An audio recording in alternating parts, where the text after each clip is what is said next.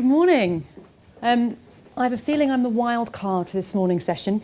I'm going to be good and stick to my time, I promise. What we are now, and then I'll go back to what we were. We are a charity based in the heart of Soho, and we've been there since 1846. So when you were talking about adaptation, we've had to adapt to last that long. As she was explaining, our model today is we help London's homeless back into work.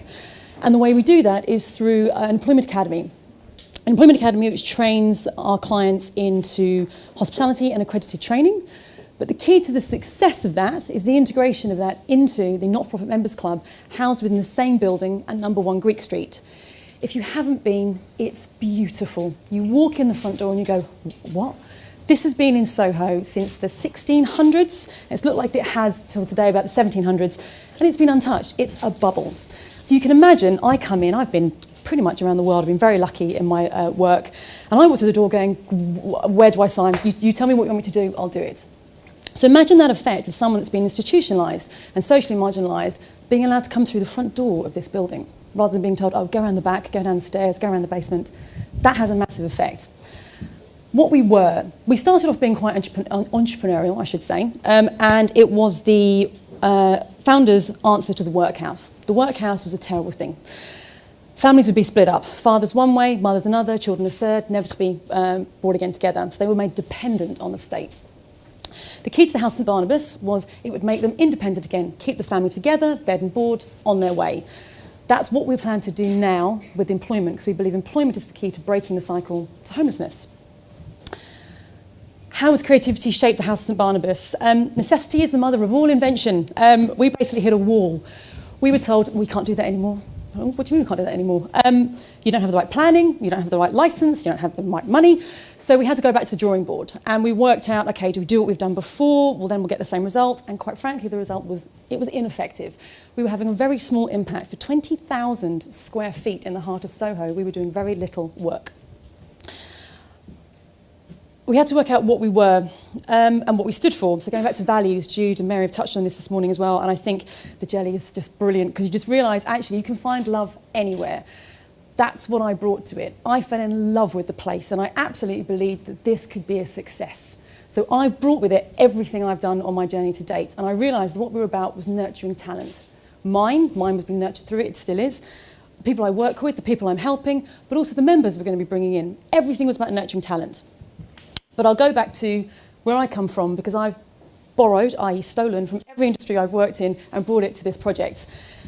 I'm a classically trained musician, which means I love my sheet music. I do not do jazz. I need the music. I need the score. I need the framework to work within to be creative.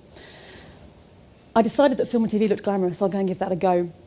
That's where I learnt that it's who you know, not what you know. I worked my butt off and I was getting nowhere, didn't know the right people. That's when I learned you've got to build your networks and do it truthfully, do it authentically. Don't just go, oh, you can't help me, I'll go. Someone somewhere will help you in some way. Be nice to them. I then fell into the city. It was absolute personal need. I needed money. My agent said, this is a great job. I think it was about £17,000. I was like, yay! So in I go to the city, and I fell into Bloomberg, and it was one of the best things to happen to me professionally. It's where I cut my teeth. It's where I learned that innovation can come from anywhere, and it was trust. The head guy at Bloomberg trusted people. He went, basically, you're the girl with the glasses. I had huge Dame Edward-style glasses at the time. And he said to me, you kind of know what you're doing. No idea. And he went, you do that. Okay. Sink or swim. I didn't sink, rather. So keep swimming. And it's where I got taught, when someone says you know, you ask why. Why? You're that annoying 3-year-old. Why? Because behind the why, there's a because. And if you can work out what the because is, you can get to it, and you can change the no to at least get you somewhere else onto your journey. I then decided that actually I needed to go and work for the charity sector, because I felt that the money being made and being going to shareholders' pockets wasn't the right thing. I wanted to go and give my skills and my passion to the charity sector. And I went to work for the Royal Academy of Arts, which you would imagine is an even more creative industry. And actually, it was great in my learnings, but it was a big institution. It was bureaucratic red tape hell. And there I learned how to play the long game. And I used the skill sets from Bloomberg to go, yes, but why? Because. And I went from you have to forgive me, I've just finished reading Zen and the Art of Motorcycle Maintenance, and I've gone to the classic romantic thinking mode, and I've realised that I do both. So in Bloomberg, interestingly, I was using the romantic thinking and going, charging ahead and passion and feeling. Then when I came to the academy, I had to use classic logic and reason and dig down and dig down and dig down to work out the nuances in order to change things. I had ideas that go across the room, and I basically got about here rather than over there. But at least I got there. Everyone else wasn't even getting that far. Unfortunately, the bureaucracy gets too much, it bears you down. The passion was missing, the love was missing. It was being run by bureaucrats and fiefdom, so I decided to move. And as chance would have it, I ended up working in Ronnie Scott's jazz club, which for classical trained musician put the fear of God into me. It's actually where I learned my style. I realised that what I brought to the party was my ability to conduct. So I'm at the front, I've got the scores, I've got my nice piece of framework to work within. But I then have to get around me, the team, to do it. I love that, the bums on seats, that's just great. Get people around to do it and trust that they will do it. So you bring the best people you can. No resource, but you still do what you can. But then you've also got this feedback loop that a lot of people forget, which is there's the audience. The audience behind you feed what the orchestra wants to do, what I want to do, and then you work out what you tweak, what you don't, what you move. All of this really fed through, and it all came through then to the House of St Barnabas. What's been effective for us? Well, there's been so many challenges. The biggest two for us were audience. We didn't have one.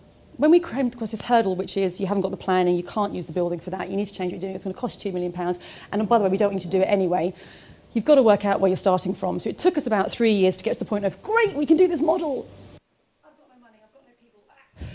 So the first thing I said was, right, how do I talk to the audience, right? So who are the audience? So the audience are people who are going to give me money, £5 a month. They're going to be potential members. They're going to be people that I don't even know that I need them yet, or they're going to need me. It basically was an engagement of love. Saatchi uses the love marks, but the way they use it for me feels like they're still selling something, whereas what Jude's doing at South Bank, I want to go there. El Sistema, when they came, I was on my knees, and I couldn't get a ticket for love nor money, but I went there, just I brought my own cushion. It was great.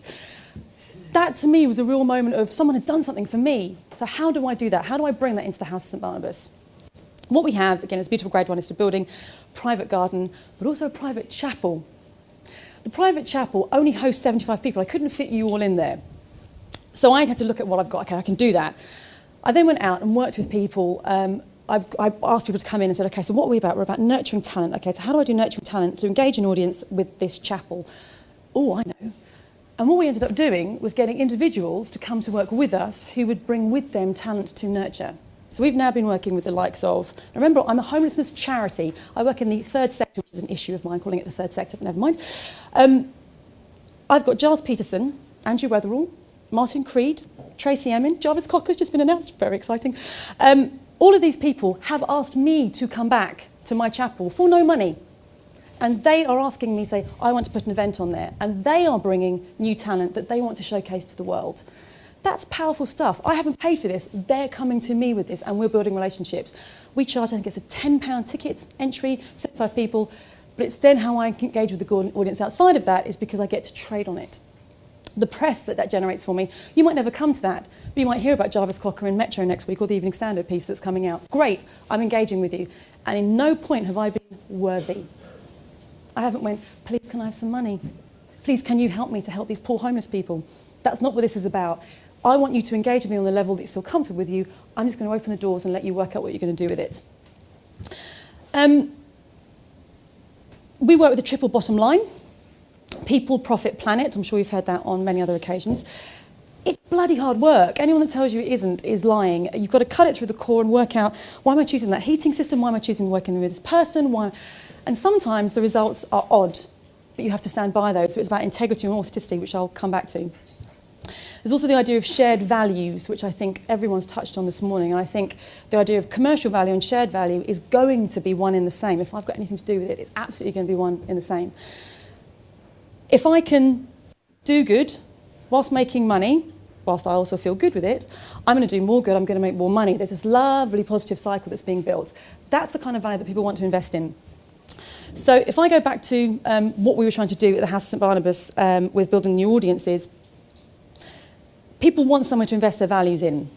I now have this product, I've got a club, I've got to fill it with members, because the members are going to be the people eating there, drinking there, playing there, who are also going to be the people who are giving me feedback on how my clients are doing, because my clients can be integrated into their club. They're going to be servicing them. How do you engage a membership audience? This club doesn't exist anywhere else. There's no model for me to go and check against. So I had to look at how I'm going to engage people, and it came into shared value and value investment. People told me, I am desperate for someone to invest my values in. I love what you're doing. How can I help? Great, oh, okay.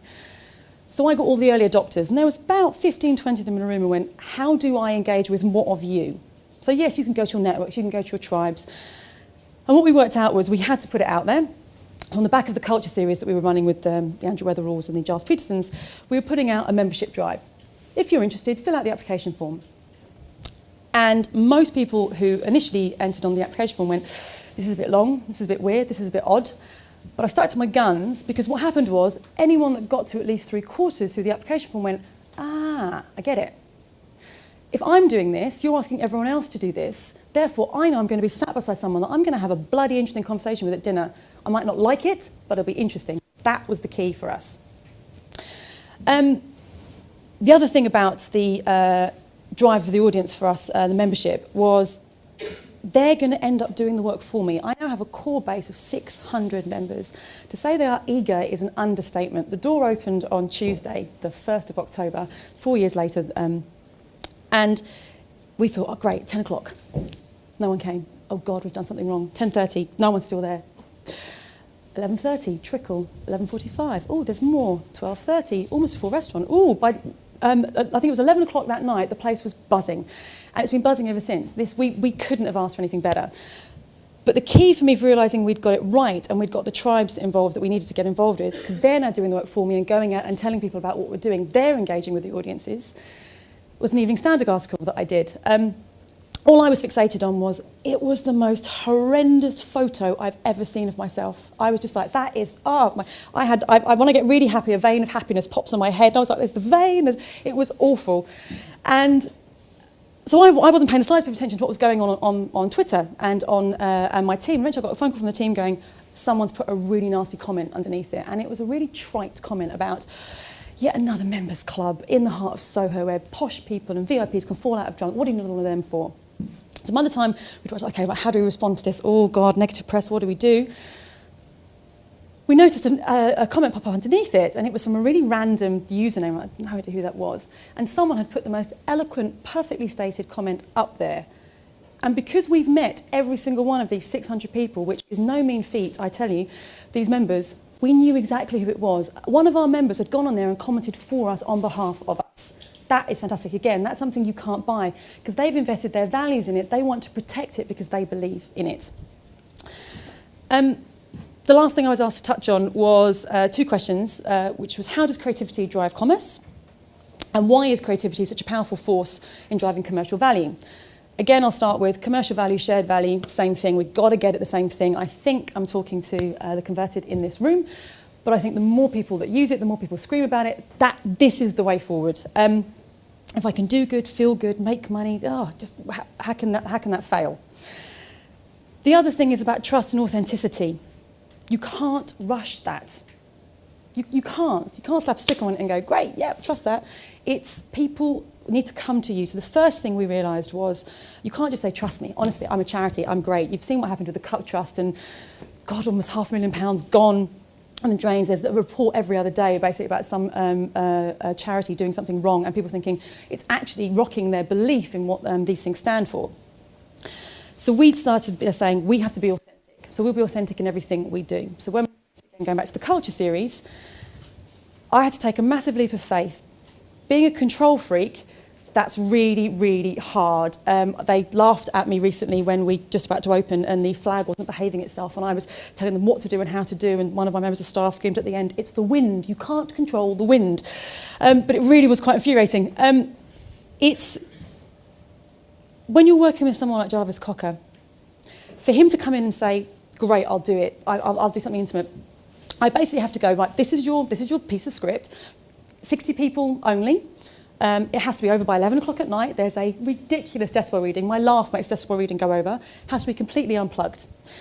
Apart from that, you can do anything you want in there. Oh, it's also consecrated, so it must be in keeping according to Westminster City Council. Honestly, a man that knows.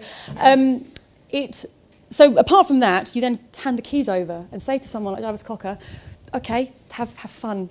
And I've got to trust he's going to do something which is great. And the trick there is to absolutely walk away and not look and only come in on the night and go, oh my God, that was amazing. I might hate it, which in some of these things I've done, I have absolutely detested. There's something in the house at the moment, if you visit, I won't tell you what it is because you'll see it and go, oh, it's lovely. Or, oh, it's like Marmite. You walk in, you're like, I hate it, I love it. And it's really quite difficult for something that I've basically felt like I've given birth to over 4 years to go, I hate that. But you have to trust someone that's doing it. Because even if you hate it, it's interesting. And it's better than just being meh. Meh is the absolute death knell for us. And the last point I want to touch on is creativity helps you breed something which I think it's that effervescence. How do you keep hold of it? For me, it's potential. And it's potential not just for the organisation, but also for the individual. And to use that as an example, this morning was a creation through potential for me, and I was like, grabbed it with both hands, because I knew I was saying to you all up. Also, these two women here are coming. I've been trying to talk to this lady for about 2 years. She's sitting in front of me now. I'd absolutely love to talk to her about what, where, who and how. This lady, I want to give her a run for her money in about 5 years. I'd love to talk to you about coming into the house. Please use my chapel. These are examples that you don't get. I was told I'd be sacked if I didn't take them, but I was taking them anyway. But it really is to bring it back to what we do and how we do it. The potential creation for the individuals that I work with, not just the members, not just the community, not just myself and my staff, but those socially excluded that we're helping back into work. I'm creating networks and potential for them which don't exist anywhere else. For that's the only way we're going to secure their success. Thank you very much. Thank you.